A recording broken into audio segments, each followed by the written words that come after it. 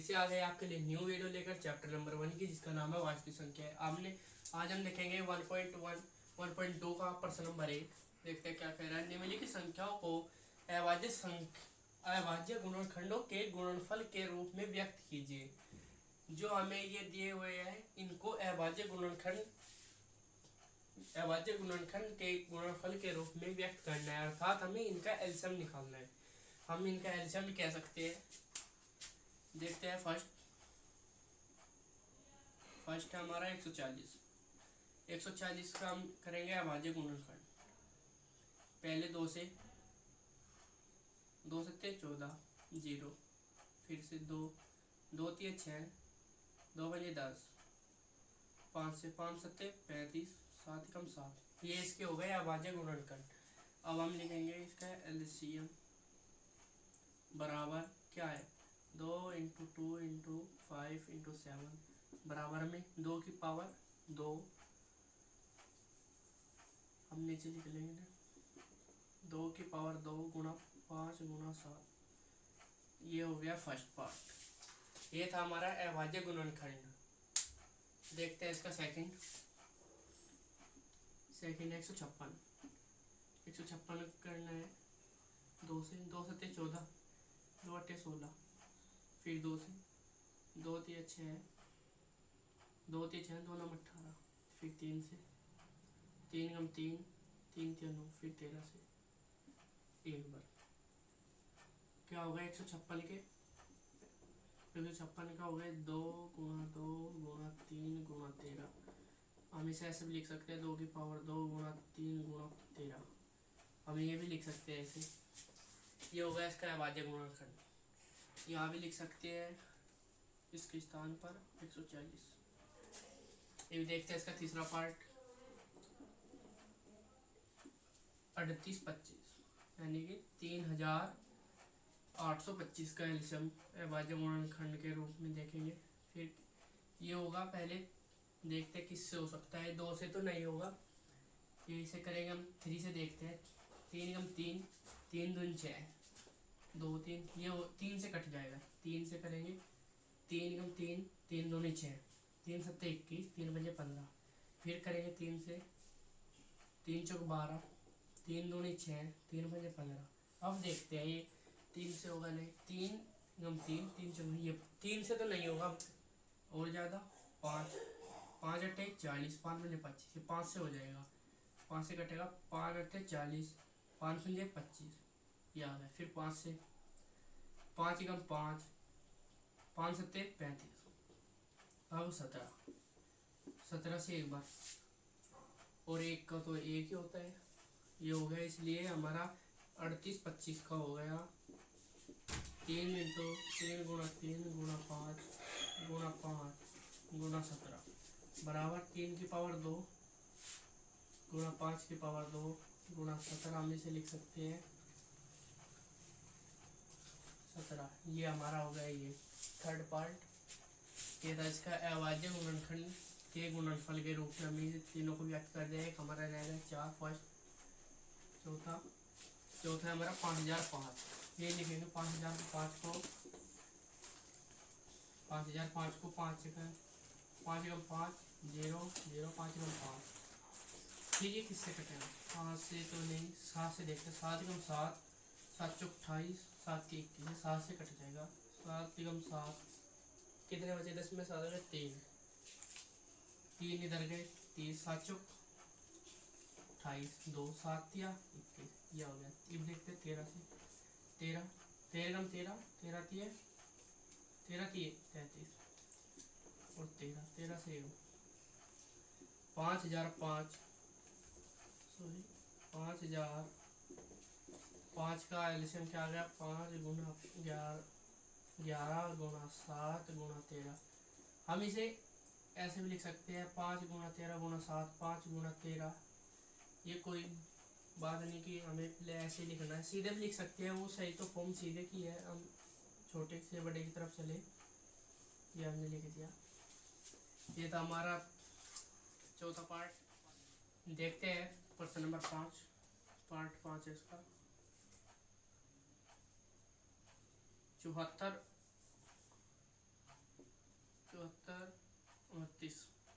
से भाग करेंगे एक बार, 17 से पहले करेंगे 17, 17 चौका 68, 17 चौक 68 और फिर चलेगा 3 बार, 17 तिया 39 और 17 सत्ते 119, ये कटेगा 743 बार। फिर कटेगा 19 से, 19 दूनी 38, 38 17 और 19 दिए 57, ये आ गया 23, 23 कम 23, तो इसका 74 29 का एल्शियम क्या आ गया 17 गुणा 29 गुणा 27, ये हो गया इसका। ये हमारे 5 पार्ट थे, ये हमारे हो चुके हैं। देखते हैं इसका प्रश्न नंबर 2। पूर्णांकों के निम्नलिखित युग्मों में के महत्तम समापवर्तक अर्थात एचसीएफ और लघुत्तम समापवर्तक अर्थात एलसीएम ज्ञात कीजिए तथा इनकी जांच कीजिए कि दो संख्याओं का गुणनफल बराबर होता है एचसीएफ गुणा एलसीएम के। हमें ज्ञात करना है पहले इन दोनों संख्याओं का एलसीएम और एचसीएफ ज्ञात करने के बाद उनका गुणनफल बराबर दिखाना है कि एचसीएफ गुणा एलसीएम होता है या नहीं। पहले देखते हैं एलसीएम ज्ञात करते हैं। पहले करेंगे हम इसका एलसीएम 26 और 91, 26 2 से कटेगा, ये 2 कम 2 2 6 91 91 13 13 13 13 7 91, फिर 7 से 1 1, इसका एलसीएम आ गया 26, एलसीएम हो गया 2 गुणा 13 गुणा 7 बराबर 182, एलसीएम हो गया 182। एचसीएफ देखते हैं इसका, एचसीएफ 91 26 दिया 78, 26 क्या होता है 78 और 11 एक इधर दाई चली गई, 11 में से 8 गए 3, यहाँ 8 1 यहाँ 26 13 यहाँ 26 सॉरी 13 दूनी 26। एचसीएफ क्या है हमारा, एचसीएफ आ गया हमारा 13। हमें पूछा है इन दोनों का गुणनफल, एलसीएम और एचसीएफ का गुणनफल एचसीएफ इंटू एचसीएफ के बराबर होते हैं या नहीं। देखते कैसे, इन दोनों संख्याओं का गुणा करने पर देखते हैं कि 182 गुणा एलसीएम गुणा एचसीएफ बराबर है या नहीं। दो संख्याओं का गुणनफल देखते हैं। दो संख्याओं का गुणनफल बराबर होता है, क्या करना है हमें, एचसीएफ गुणा एलसीएम, ये हमें दिखाना है। दो संख्या क्या क्या हमारी 26 गुणा 91 बराबर एलसीएम क्या हमारा 182 गुणा एचसीएफ है हमारा 13 और एलसीएम 182। हमें बताना है कि इसकी गुणा और इनकी गुणा करने पर ये दोनों बराबर होती है नहीं। देखते हैं 26 की और 13 की, देखते एक बार साइड में कर लेते हैं। 91 और 26 6 2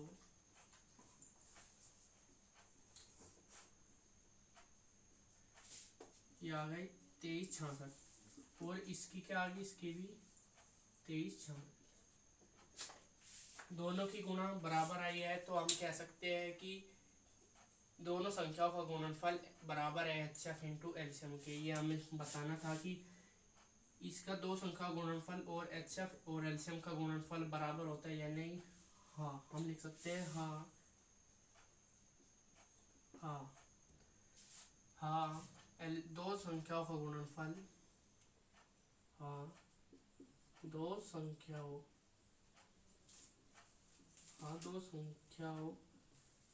का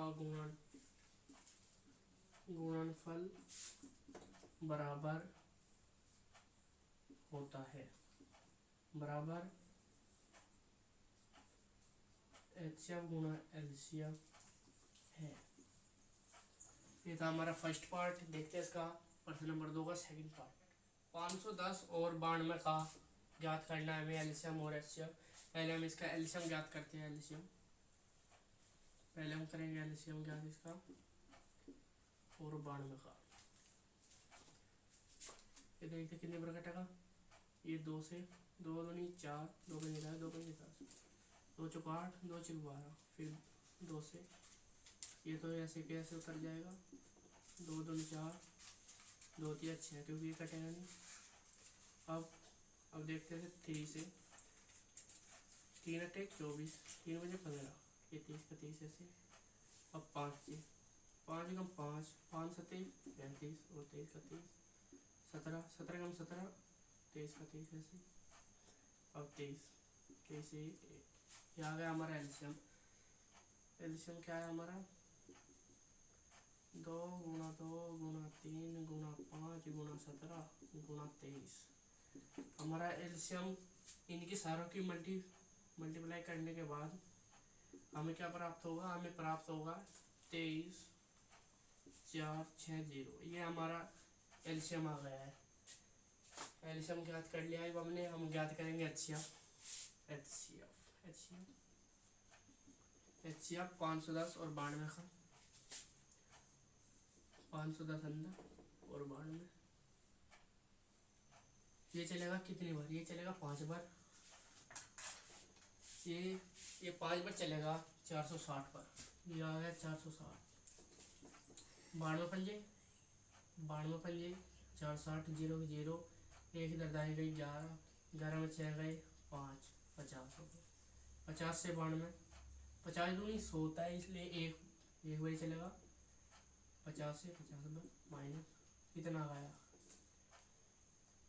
ये 2 का 2 ऐसे ही 4 52, 42 हो गया इधर। ये 50 42 की एक बार चलेगा। ये 8 आ गया 42, 8 पंच 40, 8 छः 48। ये है 42, लेकिन 5 बार चलेगा, 6 बार इसलिए नहीं चलेगा क्योंकि 8 छः 48 होता है। 8 पंच 40, 0, 40 माइनस 2, ये 8 आ गया। 2 चौक 8। ये हमारा एचसीएफ आया 2। एचसीएफ बराबर आ गया हमारा 2। एचसीएफ बराबर आ गया हमारा 2। एलसीएम आ गया हमारा 23,460। हमें ज्ञात करना है दो संख्याओं का गुणनफल बराबर होता है एलसीएम गुणा एचसीएफ के। दो संख्या लिख लेते हैं। क्या लिखते हैं। दो संख्याओं का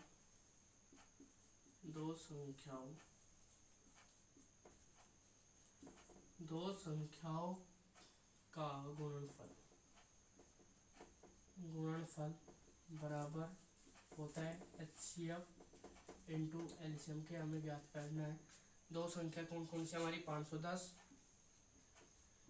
गुणा 92 बराबर एचसीएफ हमारा है 2। एचसीएफ एलसीएम हमारा क्या है 23,460।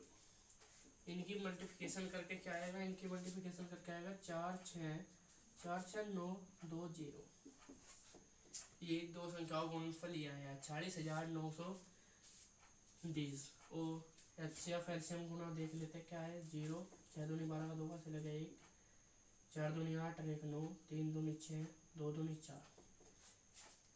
ये क्या था दो संख्याओं का गुणनफल 40,920। और एचसीएफ गुणा एलसीएम का क्या आया है 40,920। इसलिए हम लिख सकते हैं कि दो संख्याओं का गुणनफल बराबर है एचसीएफ और एलसीएम के, जो कि हाँ है। ये था हमारा पार्ट 2। देखते हैं इसका प्रश्न।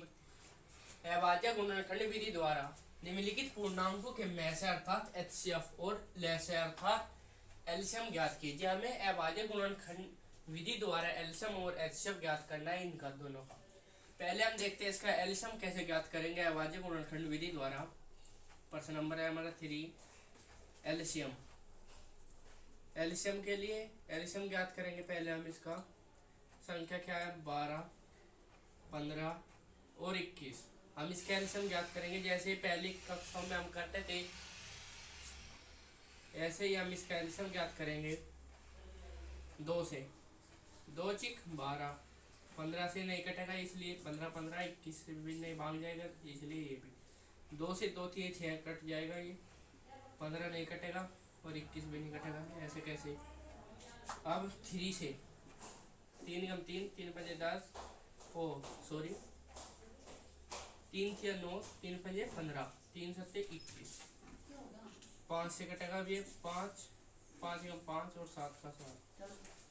अब 7 1 7 से कम 7, ये हमारा एक एक आ गया है। और इसका एलसीएम क्या होगा देखते हैं। एलसीएम 2 गुणा 2 गुणा 3 गुणा 5 गुणा 7 बराबर 420, ये हमारा होगा इसका एलसीएम। और हम देखते हैं अभी इसका एचसीएफ। एचसीएफ भी आप सोच रहे होंगे 3 संख्या है, हम इसका एचसीएफ कैसे ज्ञात करेंगे। हमें पता है छोटे से बड़े की तरफ चलते हैं, इसलिए हम पहले इन 2 संख्याओं का एचसीएफ लेंगे, फिर जो उसका एचसीएफ आएगा भाजक लास्ट में उससे फिर 21 को भाग देंगे। देखते हैं इसका एचसीएफ। एचसीएफ 12 15 और 21।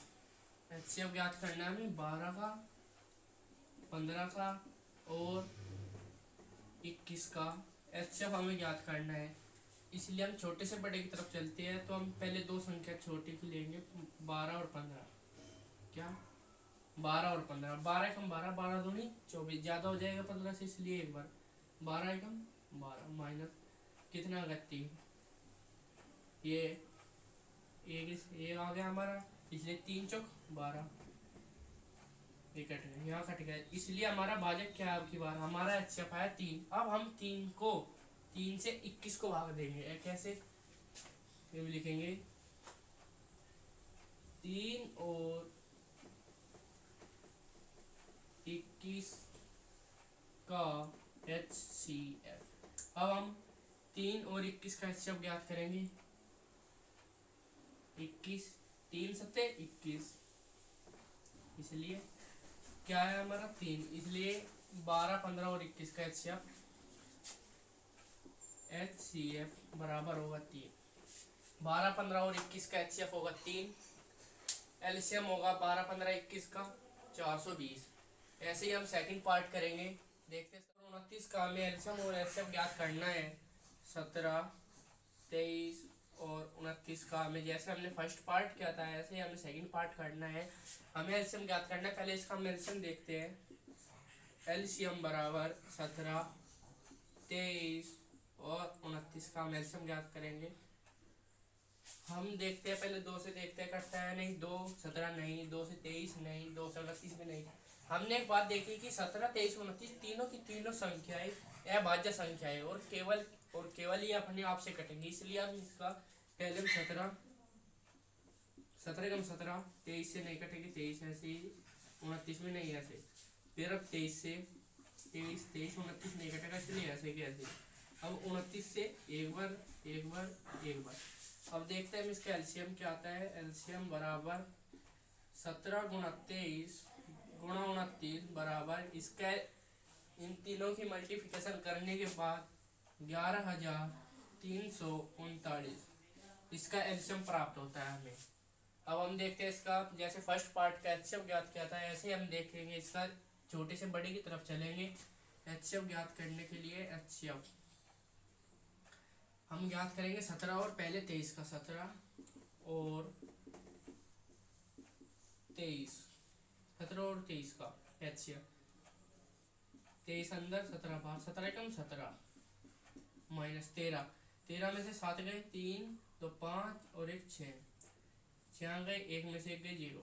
अब 17 अंदर 6 दूनी 12 6 18 2 बार 12, 7 में 2 गए 5। अब 5 से ये 6 5 कम 5 दूनी 10 ज़्यादा हो जाएगा 6 से, इसलिए 5 कम 5 माइनस 1 से 5 1 कम 1 पंजे 5, इसलिए इसका एचसीएफ आया है 5 इसका एचसीएफ आया है 17 और 23 का एचसीएफ आया है 1। अब देखते हैं 29 का 1 और 29 का एचसीएफ। 1 से 29 कितने पर घटेगा 29 बारी इसलिए हमारा 17, 23 और 29 का एचसीएफ केवल और केवल एक आया है। 17, 23 और 29 का एक आया है और एलसीएम आया हमारा 11,339। ये था हमारा से 2 पार्ट हो गए हैं। देखते हैं इसका थर्ड पार्ट। 8, 9 और 25 का अभाज्य गुणनखंड विधि द्वारा निम्नलिखित पूर्णांकों के एलसीएम और एचसीएफ ज्ञात करना है। जैसे हमने 2 पार्ट किए हैं एलसीएम और एचसीएफ, ऐसे हमें ज्ञात करना है। देखते हैं, पहले हम इसका ज्ञात करेंगे एलसीएम। 8, 9, 25 का ये देखते हैं जो 2 से कटेगा, जो जिससे कट सकता है। देखते हैं 2 से 2 चौक 8, 9 नहीं कटेगा, 25 भी नहीं कटेगा। 2 से 4, 2 दूनी 4, 9 भी नहीं, 25 भी नहीं। 2 से 2 एक बार 9, 9, 25, 25। 3 से 3, 3 3 9, 25 का 25। 3 से एक बार 3 कम 3 और 25 का 25। 3 कम 3। अब देखते हैं 5 से 1, 5 5 25। 5 से एक बार 5 कम 5। ये हमारा एलसीएम आ गया। गुणनखंड विधि जो हमें ज्ञात करनी थी, देखते हैं इसका एलसीएम क्या आता है। एलसीएम 2 गुणा 2 गुणा 2 गुणा 3 बराबर 3 गुणा 3 गुणा 5 गुणा 5। इसका एलसीएम 2 दूनी 4, 4 दूनी 8, 8 थे 24, 24 तो एक हो गए। 5 5 25, 25 दूनी 50, 25 थे 75, 75 ये आ गए 24 गुणा 75। जो इनकी मल्टीप्लाई करके आएगा वो होगा इसका हमारा एलसीएम। आप इसे करके देखें एक बार, फिर मैं दोबारा से करा देंगे। इसका मल्टीप्लाई मैं करा दूंगा। अब देखते हैं इसका एचसीएफ। हम एचसीएफ देखेंगे। मैंने पहले बताया था छोटे से बड़ी की तरफ चलते हैं। इसी प्रकार हम पहले 8 और 9 का एचसीएफ लेंगे, फिर जो एचसीएफ आएगा फिर उससे और 25 का लेंगे। 8, 9 और 25 का देखते हैं, और 25 का 8 और 9, 8 और 9 का एलसीएफ, 8 और 9 का एचसीएफ, 8 और 9 का एचसीएफ लेते हैं हम। 9, 8, 8 का 8 से माइनस 9 में से 1 गया, 9 में से 8 गए 1 से 8, ये कितने बार चलेगा 8 बार। इसलिए इसका एचसीएफ क्या आया, 8 और 9 का आया है 1 से हम 25 को ऐसे ही देंगे भाग 1 और 25 का एचसीएफ 1 से 25 बार कटेगा, आपको पता है ये। तो इसका 8, 9 और 25 का एचसीएफ हमारा 1 आया है। और हम बताया था इसका एक बार मल्टीप्लाई करके देख लेते हैं इसकी क्या आती है। 75 और 24 की 5 चौक 20, 20 की 0 2, 7 चौक 28, 30, 5 दून 10 की 0 से लगाएगी, 7 दून 14, 1 15। ये आ गई हमारी 1800। तो इसका एलसीएम आया है हमारा 1800। एलसीएम आया हमारा 1800 और एचसीएफ आया है हमारा 1। तो इसलिए ये पर्सन कंप्लीट होता है।